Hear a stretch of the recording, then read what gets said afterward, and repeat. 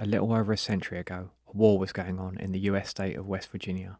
It was a protracted war, one fought with intense violence, with hand-to-hand fighting, guerrilla warfare, armed insurrection, and even with aircraft. But it was not a conflict with a foreign nation. It was a battle between a multiracial mine workers community on one side, and coal bosses, company thugs, police, and the military on the other. This is working class history. When the Union's inspiration through the workers' blood shall run, there can be no power greater anywhere beneath the sun.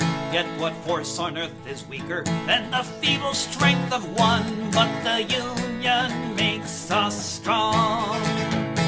Solidarity forever. Solidarity forever. Now, before we get started today, I need to explain something. Long-term listeners may recall hearing an episode about the Mine Wars before, and they'd be right. Our podcast episode 7 was about the Mine Wars. However, like all of our earliest episodes, it was basically raw audio from my interview with volunteers at the West Virginia Mine Wars Museum. So the sound quality wasn't great, and there wasn't narrative to fill in any gaps, explain context, and pull the story together. Now, in addition to working on new episodes, we're also going back over our earliest episodes to re-edit and re-release them in the new narrative format we use for all of our later episodes. This is the first such episode we've reworked and re-released. So the interview audio will have the same quality as before, but there will be added narrative with better quality audio to explain things better and hopefully tell the story in a more cohesive manner. We hope you enjoy it. Before we get on with the main episodes, just a reminder that our podcast is brought to you by our Patreon supporters. Our supporters fund our work and in return get exclusive early access to podcast episodes, bonus episodes, free and discounted merchandise and other content. For example, our Patreon supporters can listen to both parts of this double episode now. Join us or find out more at patreon.com/workingclasshistory. Link in the show notes. Over the course of 2 episodes, we're going to tell the story of the West Virginia Mine Wars, which took place roughly between 1902 and 1922, mostly in the southern portion of the state. We're going to cover incidents including a strike in 1902, a strike in Paint Creek and Cabin Creek in 1912, more strikes in 1920, including the Battle of Matewan and the Battle of Blair Mountain in 1921, which was the largest armed confrontation in the US since the Civil War. In 2018, thanks to support from our patrons, we were able to travel to Matewan, a small town in Logan County, West Virginia, which was at the centre of many of these conflicts. Still a coal mining town, every year it holds a reenactment of the Battle of Matewan. There we saw the commemoration, talked to some of the cast, and sat down with members of the West Virginia Mine Wars Museum to find out more about what happened. The first thing they said it's important to understand about working class life back then is how much control mining companies had over their employees, and just what it meant to live in a company town. So to understand what happened during the West Virginia Mine Wars, you really have to look at what the conditions were like for the mining families who lived in West Virginia on the ground, that would lead someone to take up a gun and fight. This is Catherine Moore, a board member and president of the West Virginia Mine Wars Museum. So what were those conditions? Those were things like, first of all, you have to understand that most miners in West Virginia, it was I think the highest margin of miners that lived in company towns as opposed to an independent town.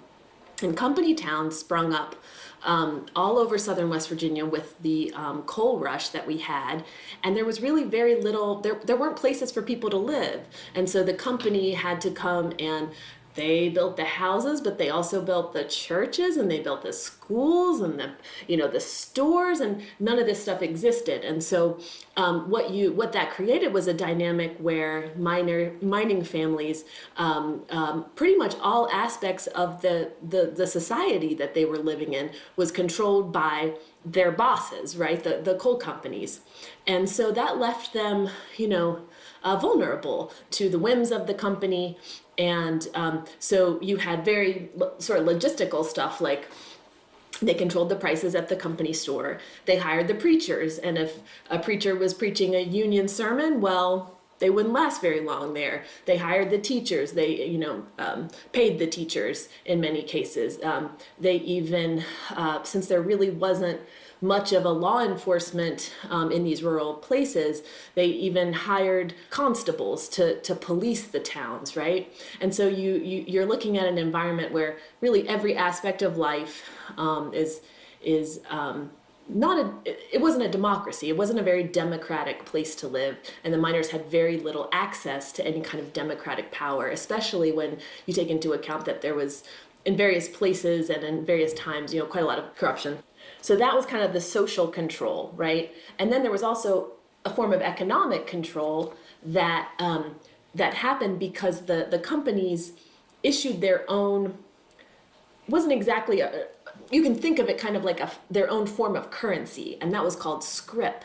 And so a miner, he'd have a payday coming to him in 2 weeks, let's say, but he needed food now. And so his wife could go and show up to the company store and say, I'd like to cut $10 worth of scrip off of his future wages, so that then when that payday comes around, well, gosh, he might not even have anything coming to him. I mean, there were times when that happened to families. So you can see how very quickly that could spin into a situation of, almost a debt peonage system, right? And so there was an economic control. And then West Virginia had some of the most dangerous mines in the nation at the time. And so miners were struggling at their workplaces to stay alive. This is no exaggeration.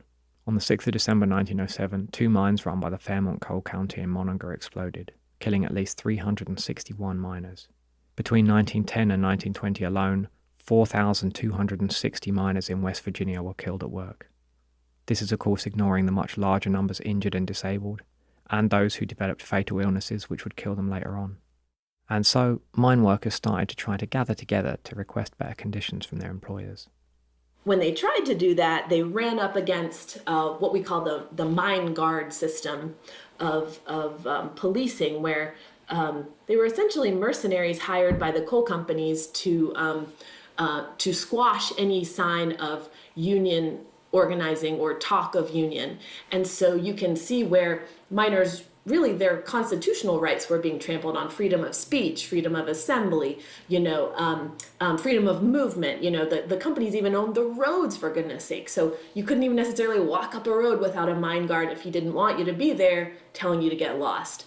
And so years of this, right? Years of that social control, that economic control, this police state in a sense. You can see how over time that would really wear a person down and make them frustrated to the point where they were willing to fight for those very elemental rights that we have in America. Contrary to many mainstream portrayals, mine workers were much more ethnically diverse than is often assumed. Many black families had come to West Virginia to work on the railways, which were completed in 1870. Some of them were from sharecropping backgrounds and coming north to find better opportunity and less discrimination. They could make equal wages as whites in the mines, so that was attractive. There were also immigrants flooding in from overseas, and in fact the coal companies went out and recruited overseas, and they would send agents out to Hungary, Italy, all these places where there were people starving who needed food and needed to feed their families, brought them over here to the States. They would land in New York. Sometimes there would be an agent right there to pick them up, get them on a train, send them straight down to West Virginia. There's even a town in New River Gorge where I live that's called Brooklyn, West Virginia, and the story goes that some of these potential workers were told, "Hey, this is a train to Brooklyn. Get on this train to Brooklyn," and they come to find out that it's Brooklyn, West Virginia, and not Brooklyn, New York. So there's a sense that maybe there was a bit of scamming going on. Maybe they didn't quite know what they were getting into, right? So you had this immigrant population of Central and Eastern Europeans, and then you had native-born whites who had been here, migrating westward over many generations. Lou Martin, another board member of the Mine Wars Museum, explains how coal operators attempted to exploit ethnic differences between workers to keep them divided. I would say that in southern West Virginia counties, you had a higher percentage of native-born whites and African Americans, but they were still striving for what the coal operator Justice Collins called a judicious mixture, meaning that if they had these different groups and segregated them in the coal camps, they would remain divided and they wouldn't work together to unionize. In 1902, the United Mine Workers of America, or UMWA, stepped up its activities in West Virginia, sending in famed working-class organizer Mother Jones. Born in Ireland, Jones emigrated to America at age 10 as a result of the Great Famine. Although, as with any mention of the famine, it's worth pointing out that, like most famines, the scarcity of food was artificial, as farm bosses and British colonial authorities continued to export food, while Irish people starved. Anyway, Jones eventually became active in the labour movement, organising strikes with the Knights of Labour before her work with the United Mine Workers, and was later one of the co-founders of the Revolutionary Industrial Workers of the World Union, which we've released numerous podcast episodes about. In 1902, as a result of her activity in West Virginia, Jones was described by the US Attorney General as, quote, the most dangerous woman in America. So the United Mine Workers formed in 1890, but they didn't have anything to do with West Virginia barely until 1902. So back in 1902, the UMW of A makes its first bid to unionize West Virginia. And that's really where stuff begins. They send in Mother Jones, who is, of course, this legendary labor leader. At that time, she was probably in her 70s or something. But just rained down rhetorical fire on these guys, telling them to wake up. What are they doing? Why are they sitting on their laurels? Why aren't they organizing and asking for more out of their lives? So she comes in and she starts in this little pocket in the Kanawha field. There were multiple coal fields that we called them, and the Kanawha field was one that's relatively close to Charleston. So she started there. She started having meetings late at night, in secret, by lantern light often, just spreading the word clandestinely, having these meetings and signing men up to be part of the union. And gradually she starts to get a little more public about it, making public speeches, right? So it's starting to take hold. She's starting to plant some seeds. She winds her way up into the New River field, and she starts organizing there, making speeches, signing people up. And 16,000 miners in West Virginia ended up going out on strike with the Pennsylvania miners, demonstrating that West Virginia miners were willing to be a part of this organization. They ended up shutting down 408 coal mines in solidarity, and they had an estimated 180 Union men killed on the picket lines during that strike and marches in that 30-month period. It sort of culminates in something that's called the Staniford Massacre, which was a super brutal ambush by a combination of lawmen and armed company guards called mine guards, who surrounded a village where some Union miners had been sleeping that night after a Union rally, where they were just walking up and down the river, just like with a band, trying to bring people out and sign people up. And so they slept, and when they woke up, these lawmen surrounded the houses where they were staying. These were mostly African-American miners, and ended up shooting them. 6 or 7 people died in that. So that was really, the 1902 strike is really when you start to get the prototype for like how the rest of these strikes were going to go down. And what that looked like was the miners go on strike, they demand something. The company says, we're not even going to recognize you as having a union. We're not going to deal with that. Oh, you're going to go on strike? By the way, we're going to evict you from your homes because we own your homes. So you get evicted. The miners who are evicted, these families set up tent colonies, dozens and dozens fields of tents contributed by the UMW of A, and they live there during the strike. The companies try to break the strike by bringing in what we call scabs, right? Like people who are gonna go against the strike and work anyway, and use coercion and violence to break the strike. So a combination of those factors, we see that pattern kind of repeated. So while the striking coal miners in Pennsylvania ended up winning a 10% pay increase, those in West Virginia didn't. The coal operators' justification for this was that they argued that coal buyers were in the big cities of the Northeast, and Pennsylvania was closer and so had lower transport costs. The operators therefore argued that the only way they could compete with Pennsylvania coal mines was by keeping labour costs low. The UMW did manage to achieve some recognition in the Kanawha New River coalfield, but over the coming years, repression and harassment of union organisers by mine guards eventually largely destroyed the union organisation in the area. But in 1912, another major strike took place in Kanawha County, at Cabin Creek and Paint Creek. That's right, yeah, 1912. So the northern coal operators had all formed an agreement with the union, and coal operators in Pennsylvania, Ohio, and Illinois had all formed an agreement to try to standardize their wages because fluctuations in prices and wages were both bedeviling them. And so by joining this agreement, they were hoping to bring some uniformity to their industry. And so the only way for it to work was if they could also unionize Appalachian coal mines as well, because those lower wages were threatening their business in the North. And so the United Mine Workers agreed to make a concerted effort to bring mines in West Virginia into the Union.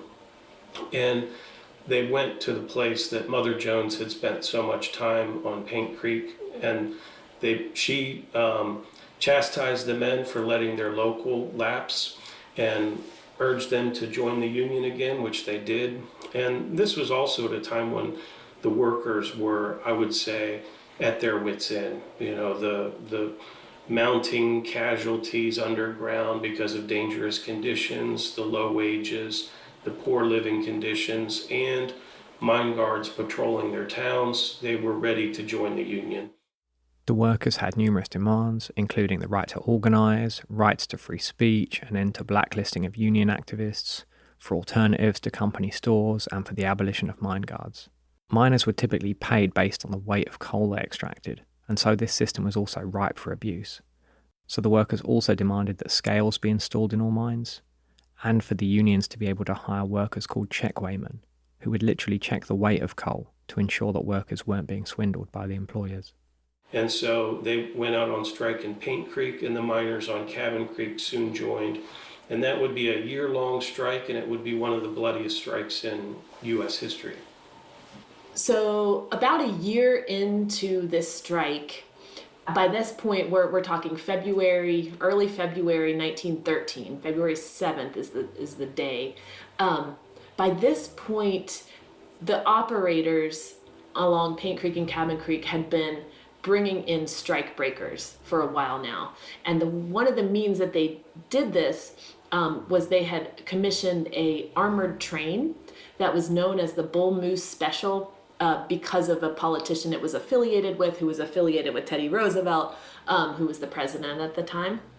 And Running for president at the time. So they commissioned this armored train to bring in not only strike breakers, but weaponry that they needed. They saw as defending their private property from these renegade strikers who were, just anarchists and, blowing things up and all this. It had 2 machine guns on it, and it had portals for putting the butt of a rifle out and shooting from this train. So there had been guerrilla warfare going on in this area for like the greater part of a year. And not only were miners killed during this warfare, but also company men were killed. So in response to one of the killings of a company man earlier that day or the day before or something like this, the sheriff of Kanawha County rounded up basically he went out to like pool halls and all over Charleston and rounded up a posse of, former mine guards, current day mine guards, just kind of like a deputy sheriff, just kind of a bunch of lawmen and mine guards.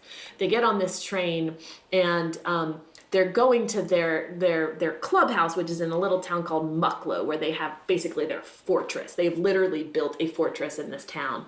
And so they're headed there. They pack their guns, they have their guns ready.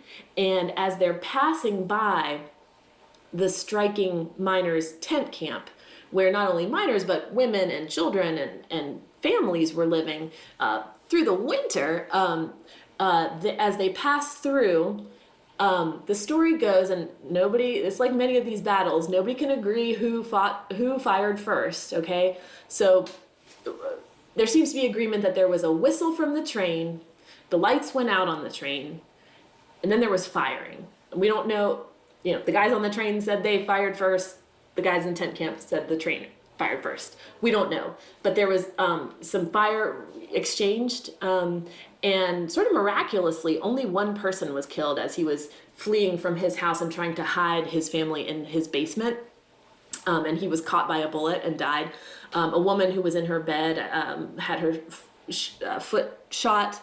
I don't know whether it was like the geometry of how they were shooting or if they were shooting high on purpose. I don't know, but thankfully it wasn't the bloodbath that it could have been. But if you can imagine being stirred from your bed at night by machine gun fire from a train passing through, I mean, that would be enough to really terrify someone. And so it's become I don't want to say a legend because it was true, but it's become certainly one of the most repeated and most kind of remembered moments from the Paint Creek Cabin Creek strike because of the sheer drama of it.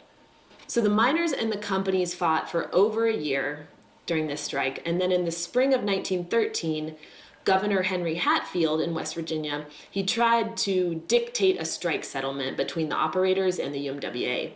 Hatfield's settlement was reluctantly agreed to by the Coal Operators Association in Kanawha Field, and as well as the UMWA officials.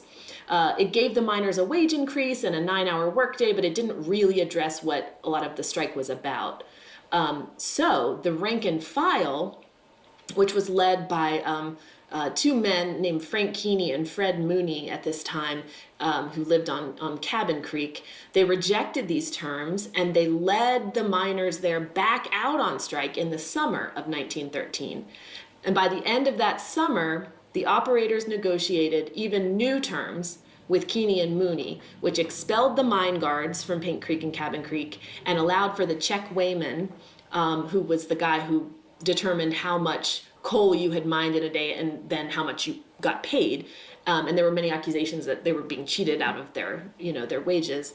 And they also agreed to prohibit the blacklisting of union miners. So it was a significant step towards the recognition of a union by West Virginia operators. So by the end of that strike, really, in the Kanawha Field, things were getting pretty unionized.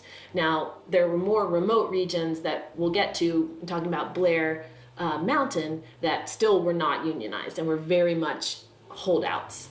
So Paint Creek Cabin Creek strike was also the inspiration for the writing of the famous labor anthem, Solidarity Forever. Solidarity forever, solidarity forever, solidarity forever, for the union makes us strong. There was a socialist poet named Ralph Chaplin who he would go through the strike zone and throw labor newspapers and socialist newspapers out into the strike zone. They were like illegal there. They would cut off that, but he would like go and deliver. And so based on some of the scenes he saw, he wrote that song a little bit later on in collaboration with a West Virginia unionist miner named Rummy something. This miner was called Elmer Rummy Rumbaugh. After the strike, both Rummy and Chaplin joined the Industrial Workers of the World Union. Rummy also wrote a song called Paint Her Red, which is frequently misattributed to Chaplin. During the Cabin Creek strike, some of the mine guards working for the operators worked for an organisation called the Baldwin-Felts Detective Agency. Like the Pinkerton National Detective Agency, Baldwin-Felts played a key role in the often violent repression of union miners.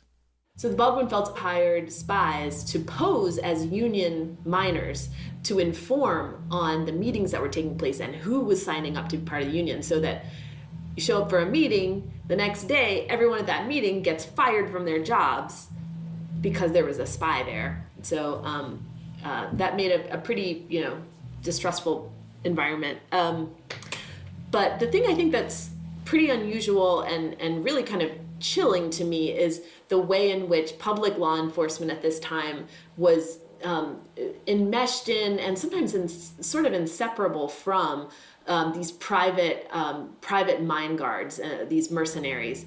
In some cases, the mine guards would also be deputy sheriffs, paid not only by through public wages, but paid through private wages through the coal companies and through the Baldwin Felts Agency. And sometimes, when you read through the trials that took place and the Senate hearings and stuff, people will be questioned, well, who were you working for? And sometimes their answers, like, you can tell that they kind of don't know, like, were they part of a public law enforcement at that time? So you can see how someone living in a society like that would feel like, well, who's protecting me? If this person that's purportedly, part of public law enforcement is also being paid by the people who are the aggressors in this labor dispute. Following the dispute at Paint Creek and Cabin Creek, World War I broke out, and, like in many places around the world, the end of the war would see a further outbreak of intense working class struggle in West Virginia. During World War I, the United Mine Workers made a lot of gains in West Virginia, partly because the federal government was trying to ensure that there would be a steady supply of coal to the steel mills and the railroads to keep the war effort going. And in exchange for not striking, the coal operators had to let the miners organize, essentially. They had to allow union organizers into the coal camps, and they signed up a lot of members, especially around the Kanawha coal field and starting to head to the southernmost part of the state. When the war ended, the coal operators were determined to roll back those gains.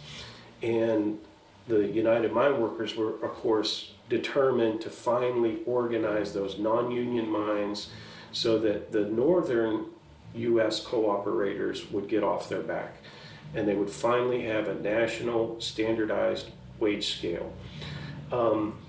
But the operators in southern West Virginia were equally determined to prevent unionization, roll back those wartime gains, and this really set the stage for the very violent conflicts that would follow. Logan and Mingo counties, two quite remote counties in the southwestern corner of West Virginia, were the largest non-union coal area of the eastern United States and were the top organizing target for the UMWA. The Employers Association in Logan County, the Logan Coal Operators Association, paid the county sheriff to keep out union activists. The sheriff, called Don Chafin, hired an army of deputies paid for by the association who would harass, arrest, and beat anyone suspected of union involvement. In the summer of 1919, rumours spread elsewhere in the state of atrocities being carried out by Chafin's deputies. 1,500 miners across West Virginia armed themselves and marched towards Logan County to find out what was going on. They eventually reached Boone County before turning back, after a commission which had been appointed by the governor to investigate the allegations determined they were largely unfounded. A few months later, coal operators cut wages in southern coalfields, and a wage increase awarded to union miners by the U.S. Coal Commission excluded workers in southwestern West Virginia. This really angered local miners, and in the spring of 1920, non-union miners in Mingo County walked out on strike, and they appealed to District 17 of the United Mine Workers for assistance. District President Frank Keeney responded by calling a general strike of miners in Mingo County. Thousands of miners were on strike, and around 1,500 of them joined the UMWA. And this was the first real success that they had trying to organize the southernmost part of West Virginia. And what they found was that once again, the company started to evict the miners from their homes because the companies owned the housing. But here in the town of Matewan, it was an independent town. It wasn't owned by the companies. And so the mayor, who had been elected on a reform ticket, along with the chief of police, Sid Hatfield, decided to put a stop to the evictions. And so they went out to confront Albert Felts of the Baldwin Felts Detective Agency and to put a stop to the evictions. There was a tense standoff. Hatfield and the mayor returned to town, and they got a writ for the arrest of the Baldwin Felts agents. When they confronted the Baldwin Felts agents later, Albert Felts claimed that he had a warrant for Sid Hatfield's arrest. A shootout ensued, at the end of which 10 people were dead, including Albert and Lee Felts and the mayor of Matewan, C.C. Testerman. This incident and the preceding dispute was made famous by the 1987 film Made One, directed by John Sayles. We were able to record audio from the reenactment of the Battle of Made One, which gives an account of the events which took place and some of the people involved, beginning with a description of Sid Hatfield, a key individual in these events, and a fairly unique character in US labour history. Sid Hatfield was one of the bravest men I ever saw. Crack shot with a rifle or a pistol. And he could whip a bigger fellow in the fight. He wasn't but 5'6", couldn't weigh more than 150 pounds. But no one crossed Sid Hatfield, unless they wanted their face in the dirt or worse. That's part of the reason why I made him chief of police. Sid was a mountain boy. He grew up around here, and he started in the coal mines over at Blackberry Creek, and eventually worked his way up to the mines in Auburn, the Auburn mine. Maybe I better introduce myself. C.C. Testerman's my name, and I was the mayor of Mate One spring of 1920. Now you might think, that's a fine thing to be, mayor of a small town. And there was a time I thought I had it pretty good. For a young man in those times, I'd done quite well for myself. Owned several prosperous businesses in this town, including Testerman's Jewelry Store. Had me a pretty young wife, Jessie, and we had this little blonde 5-year-old boy we called Jack. But being the mayor of Mate One in the spring of 1920 was no easy job, I'll tell you. Sid, well, he's a typical mountain man. He liked to play pool, he liked the ladies, but he loved a good fight. And truth to tell, that worried me. Even after I made him chief of police, he couldn't stay out of trouble. Why, twice, the winter before that fateful spring, I had to bail him out of jail. Once it was for possession of illegal whiskey, the other time he got hauled in for fighting. That boy just could never stay out of a fight. Some of the businessmen around here criticized me for keeping him on as chief of police after that. Now, in the spring of 1920, this area along the Tug River in West Virginia and Kentucky was the front lines in the battle between the coal operators and the United Mine Workers of America. In a place like this, where everybody knows everybody, and is related to half of them, there's no use trying to straddle the fence. You're either for the Union or against it. And in these parts, Sid Hatfield was the Union. And I'll tell you, after I made him chief of police, I pretty much let him run the show around here. And I'll be the first to admit, he enforced the law in the lopsided way. The miners could drink and fight and carry their guns as they pleased. But not many Union miners ever spent a night in our jail. If they fought, Sid would separate them. And he had this ability to remind them all that they were all working together for the same cause. And sometimes, if they insisted on fighting, Sid let them go at each other till they wore themselves out. But you let a company sympathizer break one fraction of the law, and Sid have them behind bars in no time. All that spring, the Baldwin Phelps detectives had been evicting coal miners up and down the Tug River. So things were getting pretty bad around here. Trouble was a-brewing. And if I would have known how things would have turned out, I believe I would have left my job as mayor and got out of town. Here, the characters of two Baldwin Phelps detectives describe what led to the shootout after Mayor Testerman and Sid Hatfield presented warrants for the arrest of the detectives. Those striking miners, they were out for blood. He said, well, I'll just return the compliment. He reached into his pocket, pulled out a piece of paper, said, that's a warrant for Hatfield's arrest, and we were taking him back on the train to Bluefield with us. That's when I noticed the number of guns. Everywhere. There was men watching from the square. They looked on from doors and windows. I even saw a couple of them hanging out of the upper story windows at the hardware store. Everywhere, men with pistols and rifles. We were completely surrounded, and I began to get a very, very sick feeling in my stomach. Yeah, and then somebody went running out of the square yelling that Sid Hatfield was under arrest. Then you could feel that tension building. Then Mayor Testerman come bustling out of his jewelry store. He was a baby-faced man with a big pot belly. He demands to see the warrant. He takes one look at it. He says, this here's a bogus warrant, not worth the paper it's written on. And that was it. It was like lighting a match at the end of a fuse. What's going on, Sid? Claimed I have a warrant for my arrest. He's going with us. Ain't no claim. This warrant's fake. It's not even worth the paper it's That's written. what I was thinking. That's lawyer talk. We ain't paying attention to Let me that. tell you something. Only way any of you boys taking me out of this town is D-E-A-D, dead.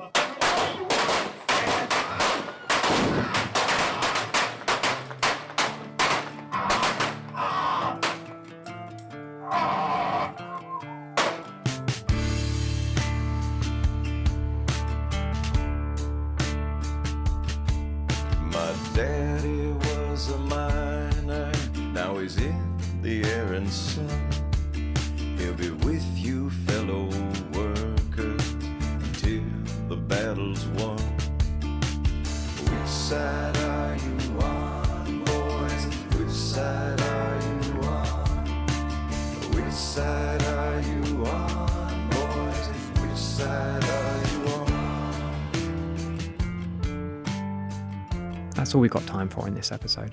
In part 2, we talk more with Catherine and Lou from the West Virginia Mine Wars Museum about the fallout from the Battle of Matewan, as well as women in the mine wars, and the infamous Battle of Blair Mountain, which was the largest armed uprising in US history since the Civil War. We also talked to some West Virginia teachers who took part in the reenactment about their statewide wildcat strike in 2018, and what the legacy of the mine wars means to them. Our Patreon supporters can listen to that now. For everyone else, it will be out in the next couple of weeks. It's only support from you, our listeners, which allows us to keep making these podcasts. So if you appreciate our work, please do think about joining us at patreon.com/workingclasshistory, link in the show notes. In return for your support, you can get benefits like early access to content, as well as exclusive bonus episodes, discounted merch, and more. If you can't spare the cash, absolutely no worries. Please just tell your friends about this podcast and give us a 5-star review on your favourite podcast app. If you want to learn more about the Mine Wars, we've got a great selection of books in our online store. Just see the link in the show notes. And as a listener to this podcast, you can get 10% off the cost of them or anything else in the store using the discount code WCHPodcast. As always, we've got sources, links to more info, photos, transcripts, further reading and more on the webpage for this episode. Link in the show notes. Music used in these episodes was Which Side Are You On by Florence Reese, performed by The Night Watchman, Tom Morello, and Solidarity Forever by Ralph Chaplin, performed by David Rovics. Link to buy and stream them in the show notes. Thanks again to our Patreon supporters for making this podcast possible. Special thanks to Connor Canazzi, Shay, James, Ariel Joya, and Stone Lawson. This episode was edited by Tyler Hill. Finally, thanks to all of you for listening. Catch you next time. Poor folks ain't got a chance unless they organize. Which side are you on, boys? Which side are you on? Which side are you on?